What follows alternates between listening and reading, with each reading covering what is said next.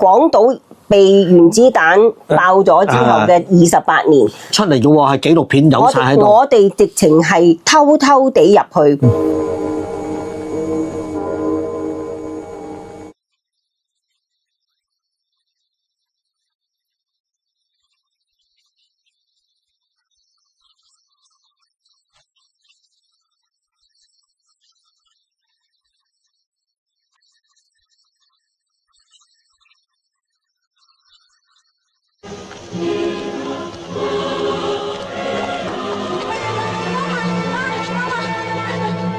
一早同嗰度講好咗，我哋坐喺呢個位，我哋冇出過任何一句聲，你只可以做手勢，即係導演喺對面咧。譬如佢打3號咁，我哋做第3個鏡頭，4號就做第4個 OK 或者唔 OK，即係全部用手語嚟到表達。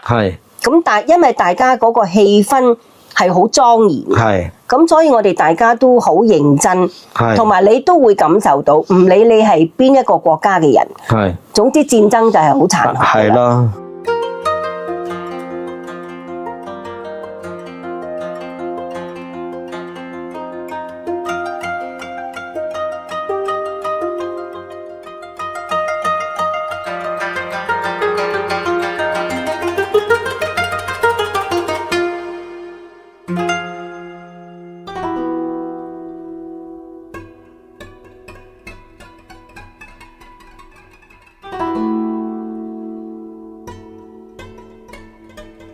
是我们叫人家把那颗原子弹扔下来的吗？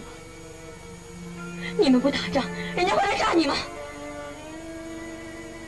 发动战争不一定由人民来决定。